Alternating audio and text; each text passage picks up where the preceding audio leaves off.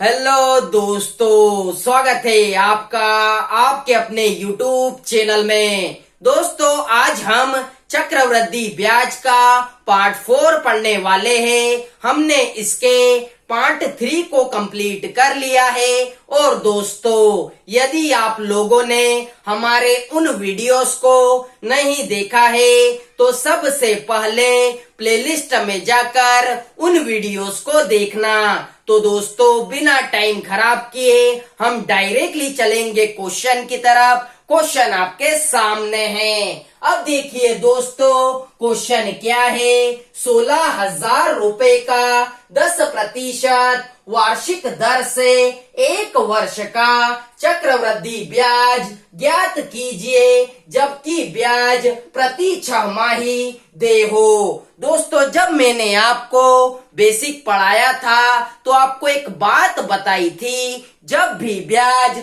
अर्धवार्षिक या 6 माही संयोजित हो तो आपको क्या करना है, रेट को 2 से डिवाइड और टाइम को 2 से गुना करना है। और दोस्तों, जो भी नई रेट और नया टाइम निकल कर आएगा हमें उसे ही काम में लेना है। अब देखिए दोस्तों, रेट आपके पास कितनी है, 10% है। तो हमने क्या किया, इसे 2 से डिवाइड कर दिया। तो दोस्तों, हमारी नई रेट कितनी निकल कर आई, 5% निकल कर आ गई। अब देखिए दोस्तों, टाइम आपके पास कितना है, 1 साल का है। तो हमने क्या किया, इसमें 2 का गुना कर दिया। तो दोस्तों, हमारा नया टाइम कितना निकल कर आया, 2 साल का निकल कर आ गया।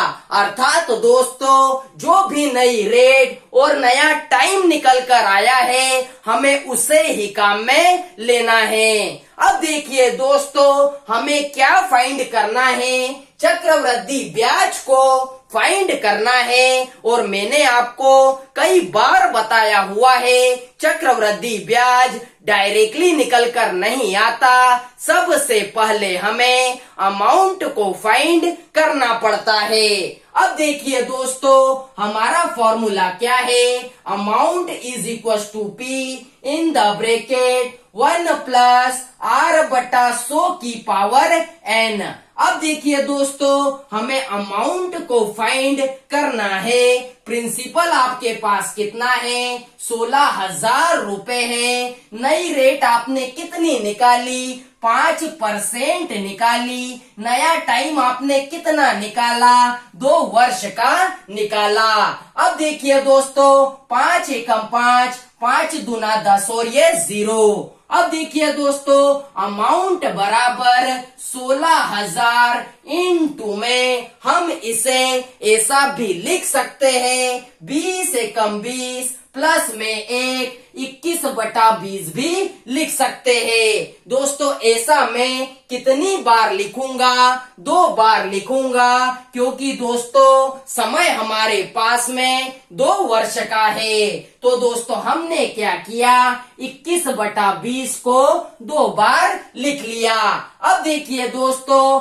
2 0 से 2 0 को कट किया। अब देखिए दोस्तों, 2 दूना 4 होता है, तो डायरेक्टली 4 से कट कर देते हैं। 4 चौक 16 और ये 0। अब देखिए दोस्तों, यहाँ पर क्या बचा, तो 40 इंटू में 21 गुना 21 कितना होता है, तो 441 होता है। दोस्तों, जैसे ही आप 441 में 40 का गुना कराओगे तो दोस्तों आपका अमाउंट 17,640 रुपए निकल कर आ जाएगा। लेकिन दोस्तों, हमें चक्रवृद्धि ब्याज को फाइंड करना था, तो हम क्या करेंगे, जो भी अमाउंट आपने निकाला है उसमें से प्रिंसिपल को माइनस कर देना है। प्रिंसिपल आपके पास कितना है, 16,000 रुपए है। जैसे ही 17,640 में से 16,000 जाएंगे तो दोस्तों आपका आंसर 1640 रुपए निकल कर आ जाएगा। तो दोस्तों उम्मीद करता हूँ कि आपको यह क्वेश्चन समझ में आया होगा। अब हम चलते हैं हमारे अगले क्वेश्चन की तरफ। तो देखिए दोस्तों हमारा अगला क्वेश्चन, ये दोस्तों हमारा अगला क्वेश्चन 1,25,000 रुपए का 8% वार्षिक दर से 9 माह का चक्रवृद्धि ब्याज ज्ञात कीजिए जबकि ब्याज तिमाही दे हो। दोस्तों जब मैंने आपको बेसिक पढ़ाया था तो आपको और एक बात बताई थी, जब भी ब्याज आपको त्रैमासिक या तिमाही संयोजित दिया हो तो आपको क्या करना है, रेट को 4 से डिवाइड और टाइम को 4 से गुना करना है। अब देखिए दोस्तों रेट आपके पास कितनी है, 8% है, तो हमने क्या किया, इसे 4 से डिवाइड कर दिया। तो दोस्तों हमारी नई रेट कितनी निकल कर आई, 2% निकल कर आ गई। दोस्तों आपको टाइम कितना दिया हुआ है, 9 मंथ का दिया हुआ है, तो हमने क्या किया, इसमें 4 का गुना करवा दिया। तो दोस्तों 9 चौक कितना होता है, तो दोस्तों 9 चौक 36 होता है। अर्थात दोस्तों यहाँ पर कितना हो गया, 36 मंथ हो गया। 36 मंथ का मतलब कितने वर्ष होता है, तो दोस्तों 36 मंथ का मतलब 3 वर्ष होता है। अर्थात दोस्तों हमारी नई रेट कितनी निकल कर आई, 2% निकल कर आई। नया टाइम कितने वर्ष का निकल कर आया, 3 वर्ष का निकल कर आया। तो अब हम क्या करेंगे, जो भी नई रेट और नया टाइम निकल कर आया है उसे ही हम काम में लेंगे। अब देखिए दोस्तों हमें चक्रवृद्धि ब्याज को फाइंड करना है और डायरेक्टली चक्रवृद्धि ब्याज निकल कर नहीं आता। तो सबसे पहले हम क्या करेंगे, अमाउंट को फाइंड करेंगे। अब देखिए दोस्तों हमारा फॉर्मूला क्या है, amount is equal to P in the bracket 1 plus r बटा 100 की पावर n। अब देखिए दोस्तों हमें अमाउंट को फाइंड करना है। प्रिंसिपल आपके पास कितना है, 1,25,000 रुपए है। नई रेट आपने कितनी निकाली, 2% निकाली। नया टाइम आपने कितना निकाला, 3 वर्ष का निकाला। अब देखिए दोस्तों 2 एकम 2, 2 पंजे 10 और ये 0। अब देखिए दोस्तों अमाउंट बराबर 1,25,000 इंटू में हम इसे ऐसा भी लिख सकते हैं, 50 एकम 50 प्लस में 1, 51 बटा 50 होता है। लेकिन दोस्तों ऐसा मैं कितनी बार लिखूंगा, 3 बार लिखूंगा, क्योंकि समय हमें 3 वर्ष का दिया हुआ है। तो दोस्तों हमने क्या किया, 51 बटा 50 को 3 बार लिख लिया। अब देखिए दोस्तों 3 0 से 3 0 को कट किया। अब देखिए दोस्तों 5 गुना 5 गुना 5 कितना होता है, 125 होता है। तो दोस्तों हमने क्या किया, 125 से 125 को कट कर दिया। अब देखिए दोस्तों 51 का क्यूब कितना होता है, तो दोस्तों 51 का क्यूब 1,32,651 होता है।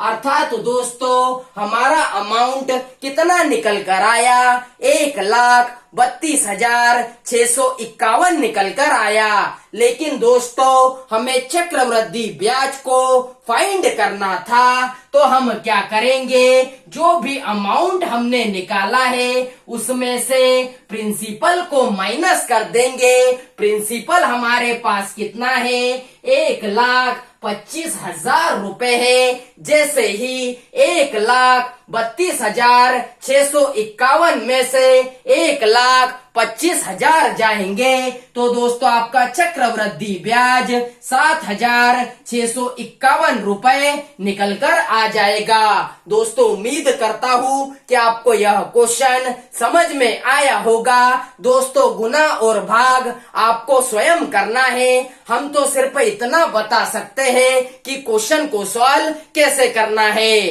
तो दोस्तों अब हम चलते हैं हमारे अगले क्वेश्चन की तरफ। तो देखिए दोस्तों हमारा अगला क्वेश्चन, किसी धन का 10% वार्षिक ब्याज की दर से चक्रवृद्धि मिश्र धन 6,655 रुपए हो जाता है। वह धन ज्ञात कीजिए यदि धन 3 वर्ष तक ब्याज दर पर रहा हो। दोस्तों इस बार आपको चक्रवृद्धि मिश्र धन दिया है, अर्थात दोस्तों आपको अमाउंट दिया हुआ है, लेकिन हमें प्रिंसिपल को फाइंड करना है। अब देखिए दोस्तों हमारा फॉर्मूला क्या था, amount is equal to P in the bracket 1 plus R बटा 100 की पावर n।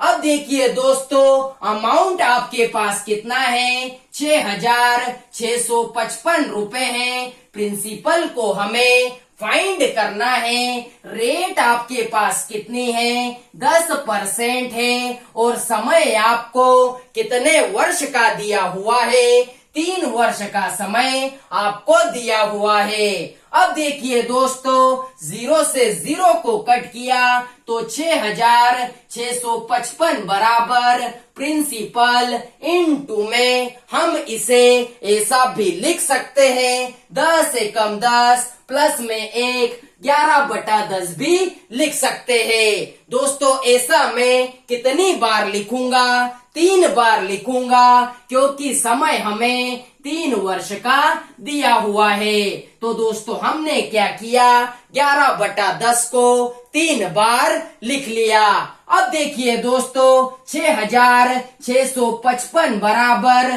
प्रिंसिपल इनटू में 11 का क्यूब कितना होता है, 11 का क्यूब 1331 होता है, बटे में 10 का क्यूब कितना होता है, 10 का क्यूब 1000 होता है। अब देखिए दोस्तों आमने सामने है तो कट जाता है, 1331 से यह 5 बार कट जाएगा। तो दोस्तों यह जो बटे का 1000 है यह 5 के साथ में क्रॉस में गुना करेगा तो आपका प्रिंसिपल कितना निकल कर आ जाएगा, 5000 निकल कर आ जाएगा। तो दोस्तों उम्मीद करता हूँ आपको यह क्वेश्चन समझ में आया होगा। अब हम चलते हैं हमारे अगले क्वेश्चन की तरफ। तो देखिए दोस्तों हमारा अगला क्वेश्चन, एक धनराशि 4% वार्षिक चक्रवृद्धि ब्याज दर पर 2 वर्षों में 1352 रुपए हो जाती है, तदनुसार वह धनराशि कितनी है। दोस्तों यह क्वेश्चन पिछले क्वेश्चन जैसा ही है, इस बार भी हमें अमाउंट दिया हुआ है, लेकिन प्रिंसिपल को फाइंड करना है। अब देखिए दोस्तों हमारा फॉर्मूला क्या है, amount is equal to P in the bracket 1 plus R बटा 100 की पावर n। अब देखिए दोस्तों अमाउंट आपके पास कितना है, 1352 रुपए है। प्रिंसिपल को हमें फाइंड करना है। रेट आपके पास कितनी है, 4% है, और समय आपके पास कितना है, 2 वर्ष का समय आपको दिया हुआ है। अब देखिए दोस्तों 4 एकम 4, 4 से यह 25 बार कट जाता है। अब देखिए दोस्तों 1352 बराबर प्रिंसिपल इनटू में हम इसे ऐसा भी लिख सकते हैं 25 एकम 25 प्लस में 1 26/25 भी लिख सकते हैं। दोस्तों ऐसा मैं कितनी बार लिखूंगा? 2 बार लिखूंगा, क्योंकि समय हमें 2 वर्ष का दिया हुआ है। अब देखिए दोस्तों, 1352 बराबर प्रिंसिपल इनटू में 26 का स्क्वायर कितना होता है? 676 होता है। और 25 का स्क्वायर कितना होता है? 625 होता है।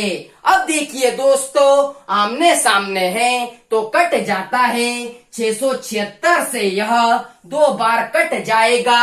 और दोस्तों यह जो बटे का 625 है, यह क्रॉस में 2 से गुना करेगा तो 625 गुणित 2 कितना होता है? 1250 होता है। तो दोस्तों यही क्या है? आपका प्रिंसिपल है। तो दोस्तों उम्मीद करता हूँ कि आपको आज के सारे क्वेश्चन समझ में आए होंगे। आज के वीडियो को बस यही तक रखते हैं। यदि आप लोगों को हमारा यह वीडियो अच्छा लगा हो तो वीडियो को ज्यादा से ज्यादा लाइक कीजिए, शेयर कीजिए, सब्सक्राइब कीजिए और बेल आइकन को जरूर दबाएं, जिससे कि हमारे आने वाले वीडियोस आपको प्रॉपर वे में मिल सके। जय हिंद।